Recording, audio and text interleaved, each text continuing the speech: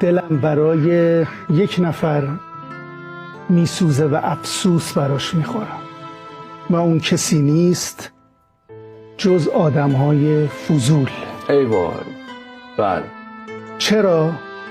چون همیشه افسوس میخورم براشون که اگر اونجور که پیگیر زندگی های دیگرانن پیگیر زندگی خودشون بودن عالم میشدند.